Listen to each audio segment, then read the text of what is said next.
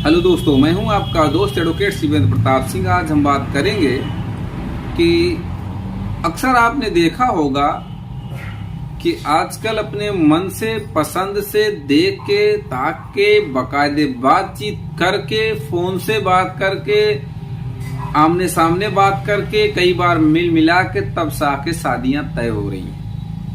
ऐसी शादियां तय होने के बाद भी शादी के बाद अक्सर मुकदमेबाजी शुरू हो जाती है। तो आज हम बताएंगे अपने इस वीडियो में कि झूठी पत्नी अर्थात झूठा एफआईआर करने वाली पत्नी को आप किन किन ग्राउंड्स पे जेल भेज सकते हैं और आपके खिलाफ अर्थात पति के खिलाफ जो मुकदमा लिखा गया है उसे गलत साबित कैसे कर सकते हैं और फर्जी मुकदमे में रिश्तेदारों का नाम, परिवार वालों का नाम कैसे हटाया जाए, इसके बारे में डिटेल से हम बात करने वाले हैं। तो सबसे पहले आप ये समझिए कि घर बसाने के नाम पे जो लूट हो रही है, जो ब्लैकमेलिंग हो रही है, जो गहने हड़प लेने की बात हो रही है या जो 420 हो रही है, पैसे हड़पने की बात हो रही है, पैसे का दोहन करने के लिए एफआईआर दर्ज कराई जा सकती है या कराई जा रही है, इसके बारे में अक्सर आपने देखा होगा कि 498, 323, 504, 506, 406 आईपीसी, इसी के साथ 377 भी आजकल ट्रेंड चल गया है 377 का, और 3/4 डीपीएफ। कहने का ये मतलब, मेरा ये कहना बिल्कुल भी नहीं है कि ये मुकदमे फर्जी हो रहे हैं 100%, ऐसा नहीं। लेकिन मैं नहीं कह रहा हूँ, कोर्ट ये मानती है कि 80 से 90% मुकदमे फर्जी हो रहे हैं। इसीलिए अक्सर आपने देखा होगा honourable high courts and supreme courts, honourable supreme court भी पतियों के पक्ष में ज्यादातर जजमेंट आ रहा है। क्यों आ रहा है?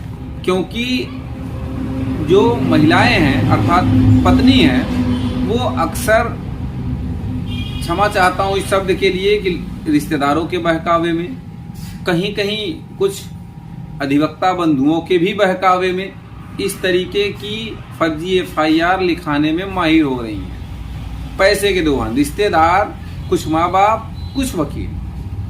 अधिवक्ता बंधुओं से क्षमा चाहता हूं कि मुझे ये शब्द कहना पड़ रहा है, लेकिन मेरा ये बिल्कुल भी मकसद नहीं है या मेरा बिल्कुल ये कहना नहीं है कि सभी लोग ऐसा करते हैं, लेकिन हाँ कुछ लोग हैं ऐसा, भाई हर पेशे में ऐसा होता है। तो इस तरीके के मुकदमे से क्या हानि है, क्या लाभ है, इसके बारे में, और कैसे पत्नी को भी जेल भेजा जा सकता है, उसके बारे में आज डिटेल से बात करेंगे। तो सबसे पहले तो आप ये समझिए कि आपके खिलाफ कोई सबूत है या नहीं है पत्नी के पास, ये मायने रखता है। दूसरी चीज ये कि जो भी एफआईआर गलत तरीके से लिखाई गई है उसमें आप सीआरपीसी 468 का भी सहारा ले सकते हैं, 482 सीआरपीसी का भी सहारा ले सकते हैं चार्जशीट चैलेंज करके।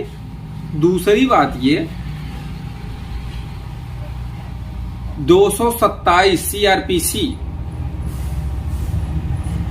डिस्चार्ज एप्लीकेशन, जिस भी लोअर कोर्ट में आपका मुकदमा चल रहा हो वहां से डिस्चार्ज एप्लीकेशन से, उन्मोचन प्रार्थना पत्र से आप और लोगों का नाम बाहर करा सकते हैं। ये सब चीजें हैं। और अब आ जाते हैं कि जो झूठी लिस्ट है उसके पास, पत्नी के पास कोई सबूत नहीं है। दुनिया भर की लिस्ट बनाई जा रही है आजकल, 15-15, 20-20 लाख के लिए, कितना दहेज में खर्च किया या दहेज दिया, इस सब चीजें एफआईआर में बहुत बड़ी बातें लिखी जाती हैं और बढ़ा चढ़ा के लिखा जाता है। और एक शब्द आपने देखा होगा, हर एफआईआर में लिखा रहता है कि मांग के अनुसार हमने दहेज दिया। ध्यान दीजिएगा इस शब्द को कि दहेज दिया, ये जरूर लिखा रहता है। और अगर आप पढ़ें तो मैं आपको पढ़ा भी देता हूं, या अगर है आप देख लीजिएगा, दहेज प्रतिषेध अधिनियम 1961 की धारा 3 जरा सा पढ़िएगा। धारा 3 में साफ लिखा है, दहेज देने या दहेज लेने के लिए शास्त्र, यदि कोई व्यक्ति इस अधिनियम के प्रारंभ के पश्चात दहेज देगा या लेगा। गौर करिएगा, जो अधिनियम की मैं बात, धारा की बात कर रहा हूं, मैं ये बड़बड़ा नहीं रहा हूं, ये लॉ कह रहा है। दहेज देगा या लेगा अथवा दहेज देना या लेना दुष्प्रेरित करेगा।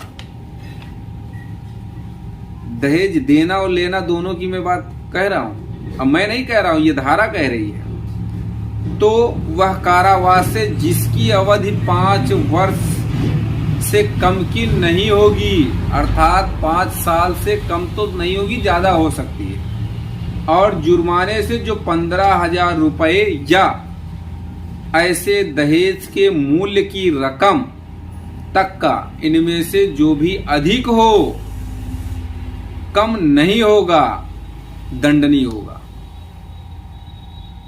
ये एक्ट भी है, अगर आप देख पाए तो ये एक्ट भी है, ये तो आप इसे पढ़ भी सकते हैं, खोल भी सकते हैं, नेट पे देख सकते हैं।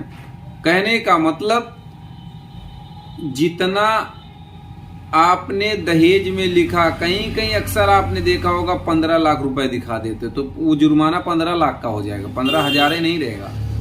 जितना देने की बात कहेंगे उतना जुर्माना लग जाएगा। तो अब यहाँ पति पक्ष को ये चाहिए कि FIR बेटा दर्ज तो हो ही जाएगी। जिसने लिखा दिया है, एक तो सबूत दे दिया ना, मैंने दिया। क्यों दिया भैया?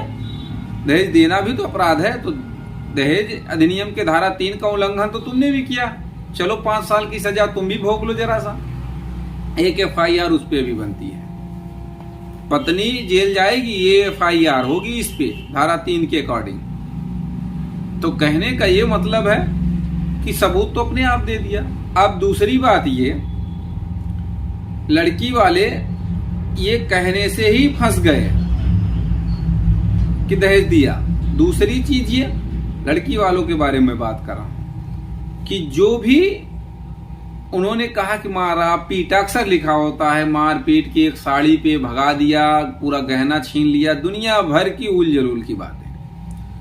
तो जरा सा बता दो, मायके में रह रही हो, 1 साल बिता रही हो, उसके बाद तुम दहेज का मुकदमा कर रही हो, तुम्हारे साथ मारा पीटा गया 1 साल पहले, तो 1 साल पहले काहे नहीं मुकदमा करे? वैसे तो दुनिया भर के एडवांस हो, टच मोबाइल चलाती हो, दुनिया भर के ऐप अपने डाउनलोड करके अपने चैटिंग करती हो, अपने दुनिया भर का काम अपने से कर लेती हो, वीडियो भी बना लेती हो। दुनिया भर के नए नए ऐप आ रहे हैं, ठुमके लगाना, सब क्षमा चाहता हूँ, हर औरतें ऐसा नहीं कर रही, लेकिन आज की 98% महिलाओं के पास टच ही फोन है। छोटा वाला तो हम समझते हैं गांव के गरीब अनपढ़ लोगों के पास भी नहीं है बड़ा वाला मोबाइल। तो इस कंडीशन में 112 नंबर से भी वाकिफ हो, पुलिस का नंबर तो सबको मालूम होता है, उस पर क्यों नहीं फोन लगा? चलिए मार पिटाई हुई तो तुम्हारे साथ कोई मेडिकल तुमने दिया FIR कराते समय? नहीं, FIR करा दिया, मेडिकल भी नहीं है, 377 का तो बिल्कुल ही मेडिकल नहीं है। चौथी बात ये कि कुछ लोग मेडिकल बनवा ले रहे हैं, यही सब वीडियोस देख के कि भैया ये चीजें चाहिए होती हैं।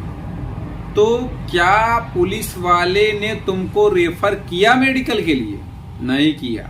तो जो मेडिकल बनवाया, इसका मतलब वो फर्जी डॉक्टर को भी तलब करा, वो भी जेल जाएगा। तो कहने का ये मतलब है कि जो भी मुकदमे लिखे जा रहे हैं, अगर उचित है, तुम्हारे साथ वास्तव में घरेलू हिंसा कारित की गई, तुम्हारे साथ अपराध किया गया, तुम्हारे साथ इस तरीके की वारदात अपराधीकृत किया गया, तो किसी को जेल जाना स्वाभाविक बात है। लेकिन जो फर्जी बातें लिखाई जाती है FIR में, उसके लिए सावधान रहें हमारे हिसाब से तो। और वरना अगर पति पक्ष ये कोशिश कर लिया या जिद पे अड़ गया कि भाई अब तो हम भी नहीं छोड़ेंगे, तो 100 रास्ते हैं उसके लिए। वो तो कह देगा भैया हमने दहेज नहीं मांगा। अब तुम क्या कह दोगे? हमने दहेज नहीं दिया।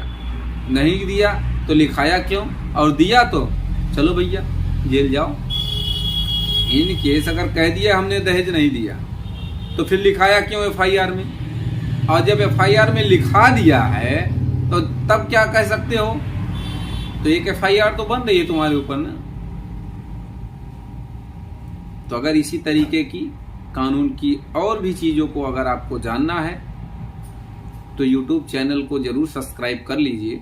और यदि ये वीडियो पसंद आया तो वीडियो को लाइक करिए, शेयर करिए, अपने दोस्तों तक इस सब बातों को जरूर पहुंचाइए, ताकि जो और भी व्यक्ति इस तरह के आपराधिक मुकदमों में जबरदस्ती फंसे हुए हैं, जबरदस्ती मुकदमा लड़ रहे हैं, हैरान परेशान हैं, उन्हें इन मुकदमों से निजात मिले।